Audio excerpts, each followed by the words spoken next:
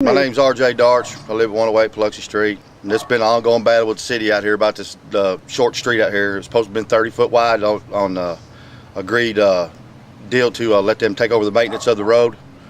And they made it 19 foot wide. And of course, you know, it's plenty narrow. You can't hardly get a trash truck down through here or anything else, you know, if there's cars parked out here. But that was supposed to be our allotted parking space. That's why the street was supposed to be 30 foot wide. That's why we signed the agreement with them to give them access or the permission to take care of the road right here. And it never did come about, but we're all supposed to abide by their contract that we're supposed to sign. But you know, they don't have to. I don't understand what all's going on there. Like I said, it's an ongoing battle. That was the whole deal. And then after they made it 30 foot wide, it was supposed to be curb guttered and sidewalks. And then after they got it, they're done. It was going to be one way coming through here, this way going back out that way, and it was like I said, it was going to be parking on this side right here.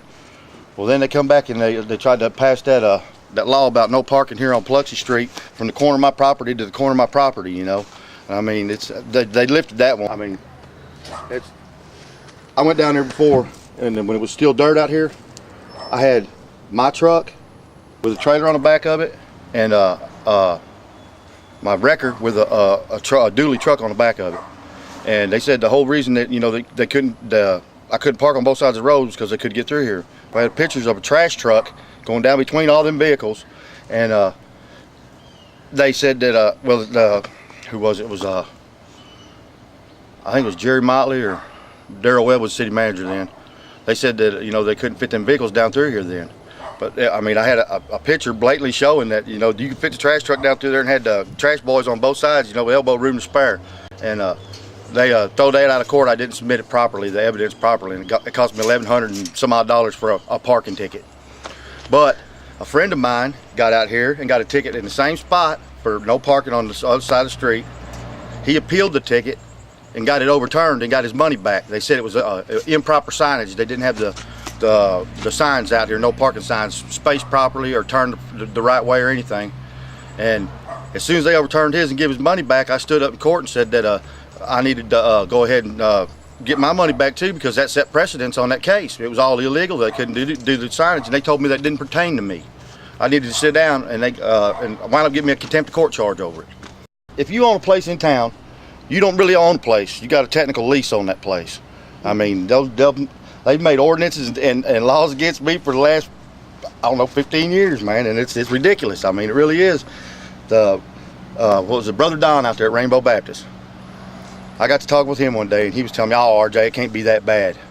I said, "Brother Don, I'm telling you, square business, it's that bad." Well, he went up here and caught one of these city council deals, and he come back to me and told me, he said, "RJ, I thought you were crazy, but you're not crazy. It's really that bad." I said, "Well, you know, if you're not in the ring, I hate it for you, you know, and that's the way it is."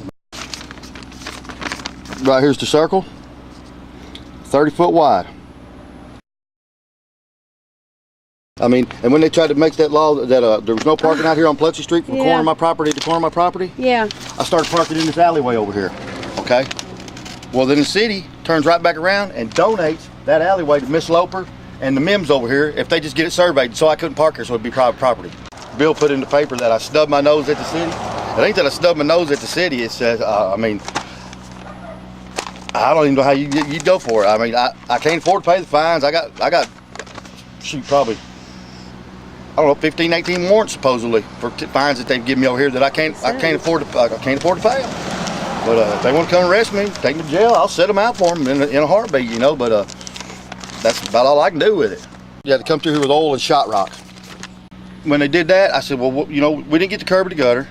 You got oil shot rock out here, and we're supposed to abide by your contract, right? But y'all don't have to abide by the contract. What's the deal? And they didn't want to talk to me about all that, and they didn't want to talk to Deborah about all that. If you ain't got the money to go down there and hire your fancy lawyers and go down there and do all that, you know, it ain't gonna happen. They got two sets of laws that they go by. The ones that we all got to abide by, and the ones that they got to abide by. And they really don't abide by them. They just jockey them around however they need to see fit for the time, you know, or the situation at hand. I said, I don't run a business out here, man. I mean, I got a bunch of junk around here and some cars, you know, but I got to keep that much stuff, just keep stuff running. Well, they come out here about my suspected oil runoff, want to know what I did with my used oil and everything. I told them I took it to the dump, to the reclamation station up there and all that. and they said that was fine. They asked me how I could try to control my spills and everything. I told them how I did all that. And then they said they want to take some soil readings, and they wanted to go down here to see where the water come out off the street at. I said, well, look, man, they just put oil and shot rock down on this road right here. To get some high readings. I mean, that's all there is to it. So we go down here, and I show them where the water goes off to the river and everything, and then we get down there, and Bill Bradley's got a backhoe sitting down in there in the floodplain. Got the bucket stuck out into the bank, got oil slicks all the way around it on the water down there. And I looked at that and I said, look, man, I ain't trying to get nobody in a bind. I ain't trying to blow no whistles on nobody. But we're down here about my suspected runoff, okay? And you're pulling soil samples from, come all the way from Fort Worth to do that. Well, what is this down here, man? I mean, how did you get by with that? And they said that wasn't their department. They wasn't down there about that. I said, well, Doug Ransom, did you hear that? He said, yeah, I heard that, RJ. I said, what did you make of it? He said, I'm not at liberty to discuss that. I said, well, somebody needs to discuss it. I mean, they come all the way from Fort Worth because about my suspected runoff, and he got oil slicks sitting around a backhoe in a riverbed. I've never seen anything like it in my life. But again, you know, I got to live here. My kids got to live here. And you know, when you tried everything you can do, you just got to comply or go along with it, whatever, I mean, the best you can. What do I got to do to comply with the city to go ahead and try to rebuild this garage and this apartment up here? They said for $25 I could pull a permit, and then every so often they'd have to come by and they'd have to look at it, you know, and inspect it to make sure that everything was coming along like it was supposed to.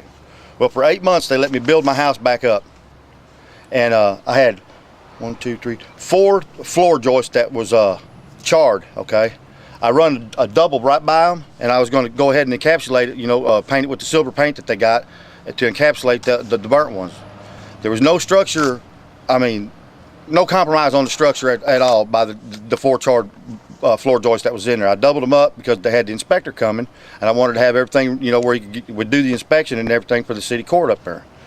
Well, from them 4 floor joists that were doubled and they said was charred, compromised the strength of the structure, court ordered me to tear my garage and my house down that I built for 8 months. And half the council members didn't even know that they were letting me rebuild it. They thought I was just, it just been standing there like that the whole time. They said, well, I stood up and started walking out. They said, well, where are you going? And we're not done here yet. I said, well, I got work to do. It looks like I got to get over there and get after it.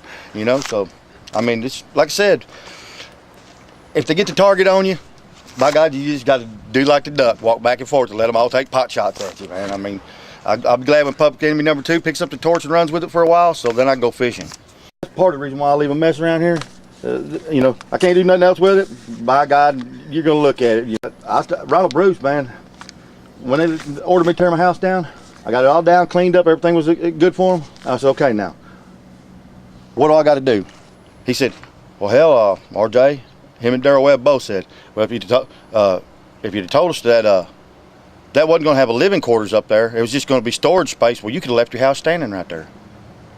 I said, do what? He said, yeah. I said, well, boys, I tell you what, you better get off the slab, because that's the only trash that's left on this slab right here is you two right here, right now. I said, you need to get on down the road, man. And I mean, like it was a big joke, you know, to make me tear my house down, you know, after they let me rebuild it for 8 months. And, you know, like I said, half the council members didn't even know I was rebuilding it and pulled the permits to rebuild it. They thought it was just standing there, you know, structurally unfit. And like I said again, you know, we pay our taxes, we do everything we're supposed to, you know, we think we're supposed to be doing to try to, you know, be right by the society's, you know, brackets there, whatever you want to call it. But, you know, you ever get sideways with them one time, I guarantee you, it's like I told them people up there on that jury trial. I said, you plainly see what I've been going through right here. I said, you know, I brought my evidence, everything. I brought everything in here, and I got a picture that clearly shows that you can fit a vehicle through there right now. I mean, with room to spare. But the city's going to do what they want to do, and you know, that's all you're going to have to do is either go with it or you know, get squashed out. I mean, but there's a fella right over here behind Gabe's. There's a couple, 4, 5, 6 of them up in Wolf City. You know, and I can go on for days about it. You know, and I even took the video camera, went around and started filming all that stuff, and I told him, I said, look, you know, I started feeling bad about it because I was bringing people trouble to other folks. I said, okay. So I went down there, and I took that video camera, and I got down there at Big Rocks. And I shined that camera all across Big Rocks down there. And I got a picture of what Big Rocks used to look like before they got done down there. And all the trash and all the stuff that they got all over the place down there, and ain't nobody doing nothing about it. They'll leave that trash, diapers laid out there. I mean, it's ridiculous. They got all those employees down there. and they're so worried about me, you know, they can't get down there and take care of something that's supposed to bring the tourist money in here, you know. I mean, it's part of their tourist trap deal, you know. They can't even get that cleaned up, and they want to come over here and bother with me, you know, because my grass is 8 inches tall, or, you know, my cars are illegally parked on the street. And I mean, it's like Briley. He got that whole empty lot right there. Okay, if one person was to come over here and park on his side of that deal over there, the first thing they do is get on the phone to the police. Well, they've done call the police so much now that they don't even call the police, they call the city council members and get the council members to come out here with a city employee to make sure that, by God, they're doing their job, you know. And like I said, you know, I'm there, you know. They got me where they want me, I guess, because I ain't fighting them no more. I just try to get along, you know, the best I can, and don't make no ripples in the wading pool. Trying to submit that as evidence, as city attorney. Well, first, I guess I kind of smart asked him a little bit, because I told him, I said, look, I got the city manager up there. I said, you know, you fancy yourself as a fairly intelligent individual, right? Well, you know, I'm not the sharpest knife in the drawer, but I'm not the dullest one neither. And he said, I said, okay, could you describe to these folks right here what you see in this picture? He said, well, RJ, I'm not exactly sure. I said, wait a minute now, you're not exactly sure, but didn't you just testify to the fact you've taken numerous pictures out in front of the house, you know, on all the code violations and everything? He said, well, yeah. I said, okay, you can't tell that's a picture of Pluxy Street and Waterfall right there that you've taken numerous pictures of?